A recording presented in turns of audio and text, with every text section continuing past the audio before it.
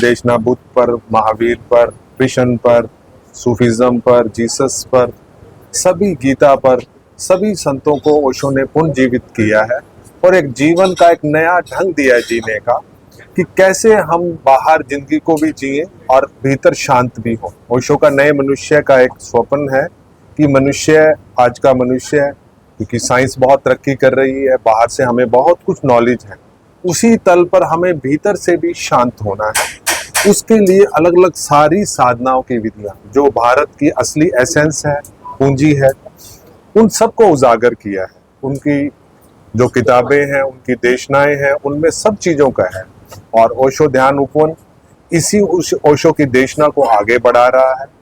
इसी बाबत हर संत के समय पर उनकी जो देशना है, उसके प्रोग्राम्स, उनकी जो एसेंस है, उनकी जो साधना है, उस पर प्रयोग कराए जाते हैं। जैसे अभी हम एक ओंकार सतनाम, सदगुरु नानक देव जी से हम परिचित है, गुरु सहमान से, और जो उनकी देशना, जो उनकी साधना की विधि है, उस पर प्रयोग होंगे 3 दिन के। इस पर ये एक कार्यक्रम वहां आयोजित किया जा रहा है, जिसमें ओशो के छोटे ब्रदर ओशो शैलेंद्र जी आ रहे हैं। सत्संग का आयोजन होगा। 3 दिन उनकी साधना की विधियों का एक्सपीरियंस कराया जाएगा कि जो नानक कहते हैं कैसे जीवन को जिया जाए, कैसे नानक की तरह हुआ जा सके। जो नानक ने अनुभव किया, गुरु नानक देव जी ने अनुभव किया, वो भी हम अपने जीवन में अनुभव कर सके, उस पर प्रयोग कराए जाएंगे। तो ये ओशो ध्यान उपवन का जो असली ऑब्जेक्टिव है, ओशो की देशना को, एक जो हमारी आज भारतवर्ष की मेन चीज है, एसेंस है ध्यान की, साधना की, आंतरिक, क्योंकि यहाँ भारत में पैदा होने का एक मतलब है कि हम एक किसी खोज में है, आत्मा की खोज में है, उसको अनुभव कराना, उस एक्सपीरियंस को, ताकि हम भीतर शांति को अनुभव कर सकें। तो उन सब चीजों पर प्रयोग कराए जाते हैं। और इसके साथ साथ जो आधुनिक मनुष्य की दिक्कतें हैं, आज की जीवन की जो प्रॉब्लम्स है, स्ट्रेस है, एग्जाइटी है, डिप्रेशन है, भागदौड़ है, एनवायरनमेंट है, ओशो ने इन पे सब पे दूरदृष्टि डाली है।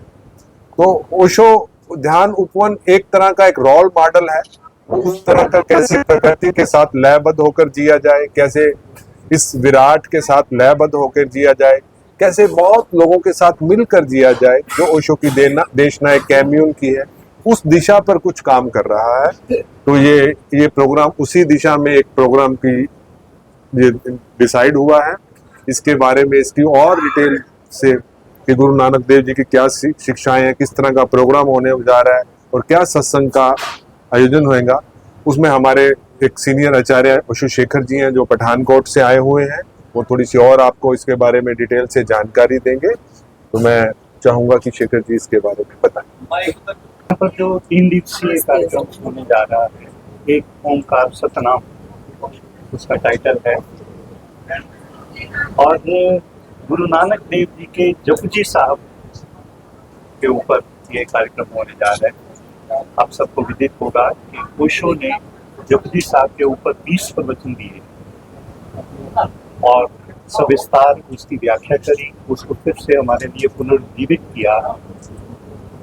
गुरु नानक देव जी जब ज्ञान को उपलब्ध हुए थे, तो सबसे पहला जो घोष उनके द्वारा हुआ था वो जपजी साहब का था, जिसका प्रारंभ ऐसे होता है, एक ओंकार सतनाम कर्ता पुरख निर्भव निर्वैर अकाल मूर्त अजूनी सैफम गुरु प्रसाद।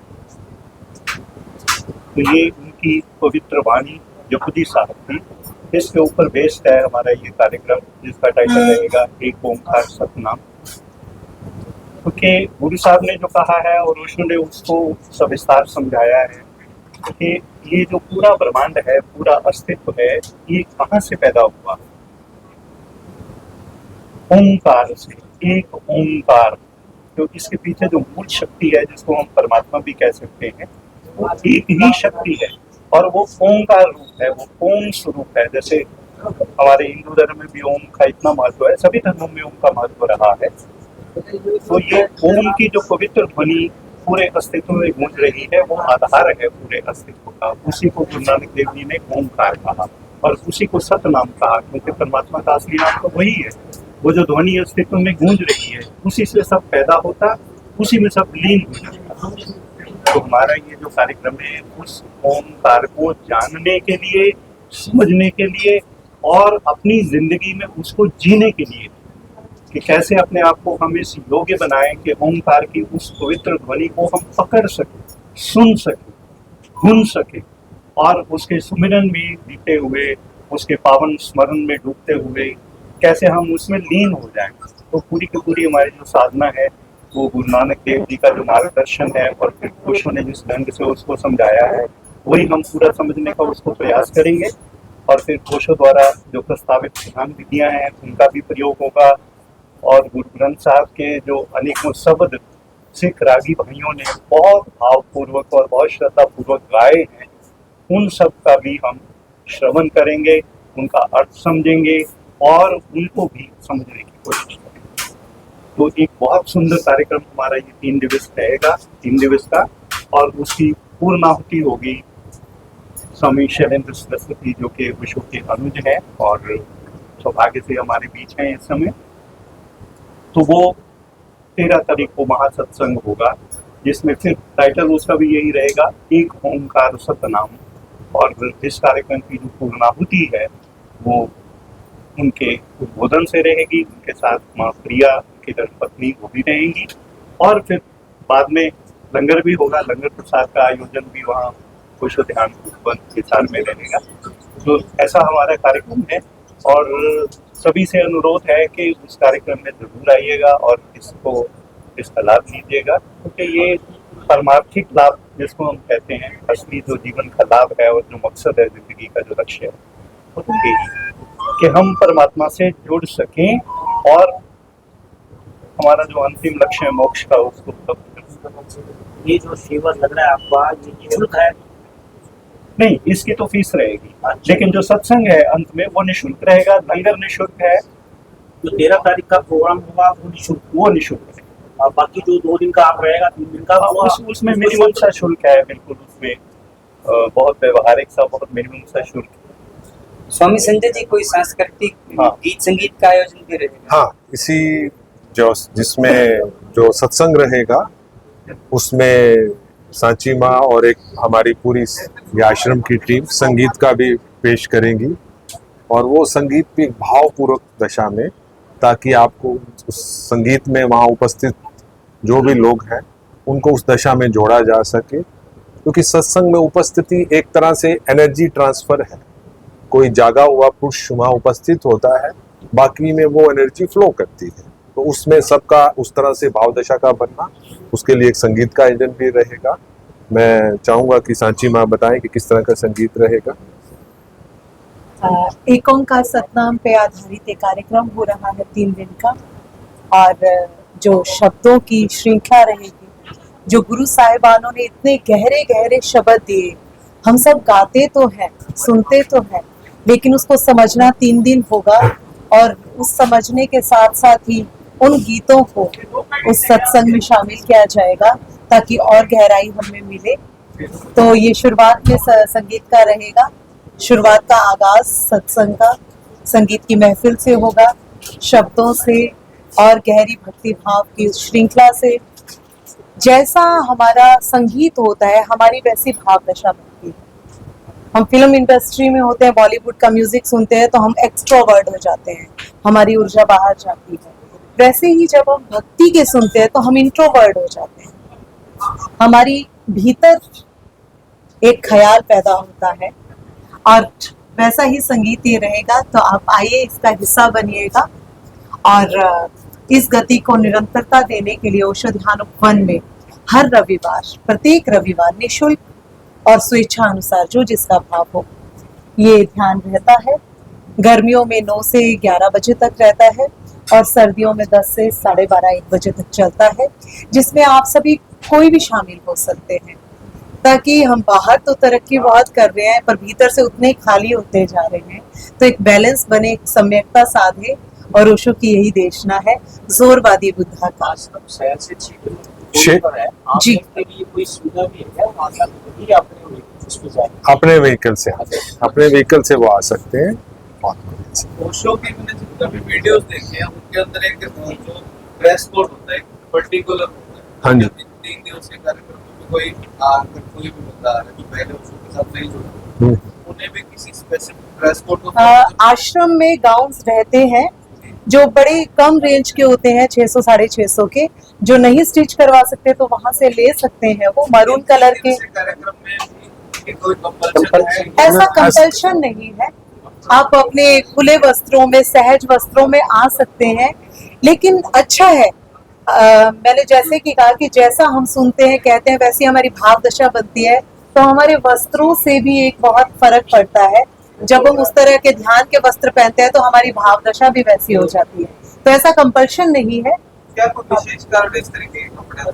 हाँ जी, भाव दशा बदल जाती है जी। कोई प्रदर्शनी भी उस दिन लगाई जाए? हाँ, बुक्स की, ओशो की एक बुक्स की प्रदर्शनी रहेगी जिसमें ध्यान से संबंधित एसेसरीज, जैसे आप मेडिटेशन चेयर्स, ब्लाइंड फोल्ड्स, माला, ओशो के पोस्टर और संतों की भी जो एक स्पिरिचुअलिज्म की जो सारी बुक्स और वहाँ चीजें उपलब्ध रहेंगी, जिसको उस तरह की कुछ फ्रेग्रेंस हैं, तो वो चीजें जो ध्यान का सहयोगी होती हैं, ऐसी चीजों की एक प्रदर्शनी रहेगी जिसका वहाँ आयोजन रहेगा।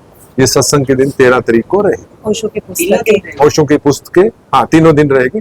ओशो की पुस्तकें, ओशो की सीडीज, ध्यान से संबंधित जो भी एक्सेसरीज, रोब्स, जैसे इन्होंने पूछा, वस्त्र, वो सब चीजें वहाँ उस प्रदर्शनी में रहेगी। स्वामी जी, क्या वो स्वामी शैलेंद्र जी से लोग मिल पाएंगे? मतलब इस तरह की कोई सुविधा रहेगी? देखो, क्योंकि वो थोड़ा एक लिमिटेड समय के लिए आ रहे हैं। अगर कोई वाकई किसी को बहुत जिज्ञासा है तो थोड़ा समय निकाला जाता है।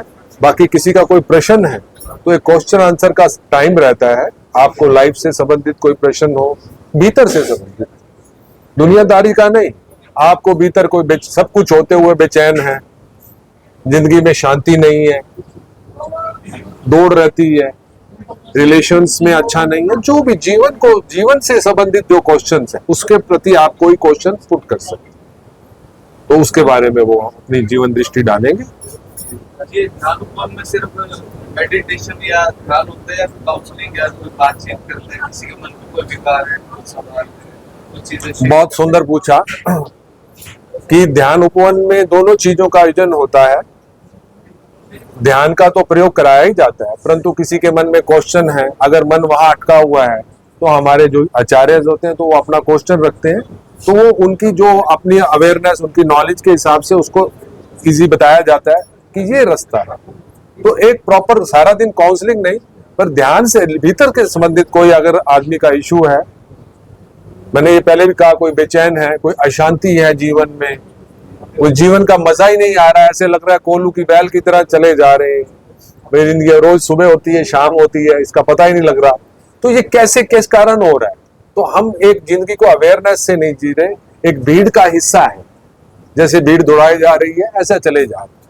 तो जैसे ही ध्यान में जाएंगे तो आप ठिठक के देखेंगे कि मेरा जीवन कैसा है। अपने जीवन को पुनर्वलोकन, अपने जीवन को रिव्यू करना, जैसे अभी हम सब लोग यहाँ एक कैंप को रिव्यू कर रहे हैं, एक इवेंट के बारे में बात कर रहे हैं, तो साधक क्या है, अपनी लाइफ को रिव्यू करता है कि मेरी जिंदगी किस दिशा में, किस लिए आया हूँ, मेरी जिंदगी का उद्देश्य क्या है, कैसे मैं तृप्त हो सकता हूँ। तो ये सारी चीजें ध्यान से रिलेटेड है, काउंसलिंग भी उसका एक पार्ट है।